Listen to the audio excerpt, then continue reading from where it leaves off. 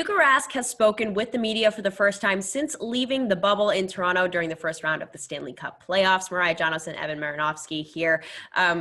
When Tuukka spoke today, he basically reiterated everything that he's been saying for months. He wants to be here in Boston. He left for a legitimate reason. His daughter was transported to the hospital. It was bad enough they had to call an ambulance.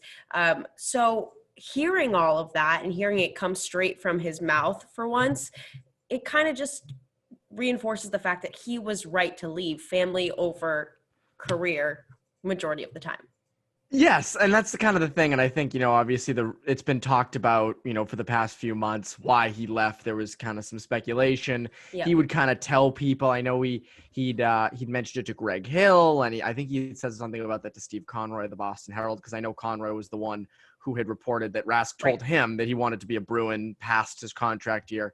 But to hear Rask say it, I know we didn't know the ambulance fact before, the fact that he said, his daughter, they needed to call an ambulance. I mean, I don't have kids.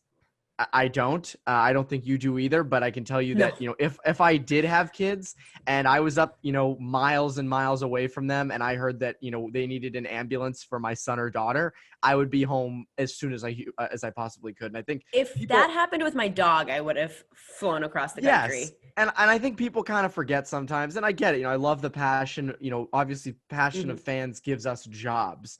Right. But I think sometimes people forget that, the family does come over the game. It does. And I know people don't like to hear that. I know people say, well, he makes $7 million a year. That is all true. But at the same time, family does come first. And it's clear Rask made the right choice. Obviously, I don't think we would have known if he'd stayed through it and, stayed in the bubble. But I don't know how he could stay in the bubble. And I know that he had, I know he said that it kind of all came together so quickly. But if I remember correctly, Sweeney had said something about, that they knew the situation like this could arise. But, so I think that was on Rask's mind the entire time of camp back in August and then going up to the bubble. But good to hear Rask say that his daughter's doing a lot better and doing well, and that his family situation's good. I know Cassidy had said that on Tuesday to us. So I think he's doing well, and I think he's fully in it.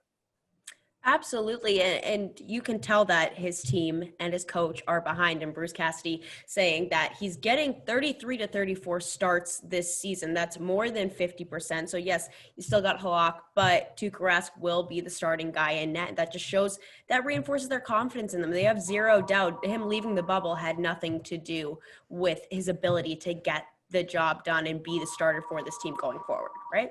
No, exactly. And that's kind of the thing I think that, it's good to hear is that, they didn't, I remember when this first happened, when Rask first left the bubble, everyone, including myself, was wondering, is he done in Boston? Is this it? Because you didn't know the reason he left. That was sort of the first reaction was like, why is he leaving? He said it didn't feel like playoff hockey.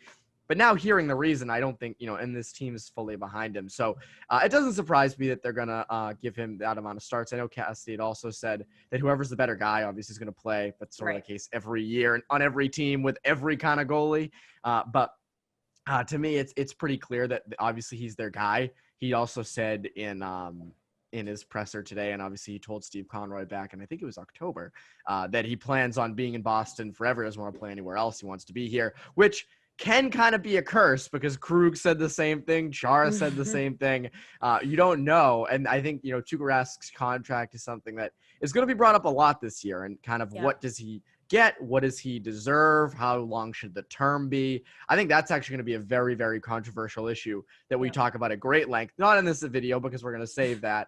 Right now we'll focus on the fact that he is, going to play a good amount. And Cassidy also said that he could see more time because of, the shorter schedule, the less travel. So it'll be very interesting to see how it plays out. It definitely will. Now, you were at day 1 and 2 of training camp. How did he look when you saw him? He looked great. I mean, he looked fine. I'll be honest. I didn't think he looked bad. Obviously, it takes, goalies a while to kind of get into it on the ice. But I mean, it's clear he's the best goalie out there. I don't think there's any doubts. He actually said to us today that he's been working out at Warrior since August. So he's been there since he came home. And I think he's locked in. I would not be surprised to see Rask play really well this year and have a similar year to last regular season. This year, I don't think there's any signs of a regress. You know, he's moving well in the net. He looks good.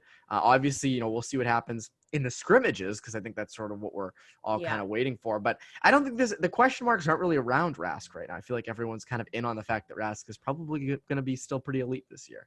Yeah, I think the only question mark was, like you said, that uncertainty when he left the bubble and nobody knew why. And so people jumped to the conclusions of he doesn't want to be there. Everybody's dealing with a tough time in the bubble. But once it came out, his legitimate reason, it's like, you can't blame him, move on. There's no other concern. Yeah, and the other thing I think that pissed people off at the time, and this makes a little bit of sense, was he kind of sprung this on the team very quickly. He left without telling anyone. He didn't, you know, I remember Halak kind of got told on the team bus. Like, it was very like spur of the moment type thing. But now knowing what's known now, it makes sense that he kind of just got out of there as fast as humanly possible. He even said that today. It only made sense for him to go home. So he made the right choice. And I don't think there's a reason to second guess it, because they're kids and they're the most important thing in a father's life. Absolutely. Couldn't have said it better myself. So everyone get off his back until he gives us a reason to piss us off during the season. For all No, don't say that. People will find reasons. People will find many reasons. They will always find a reason. He'll play perfectly and there will still be a reason. So, I mean, you can't please everyone. It is what it is, especially here in Boston. For all of our Bruins coverage, head to clnsmedia.com and subscribe to our YouTube channel over at Bruins Rinkside.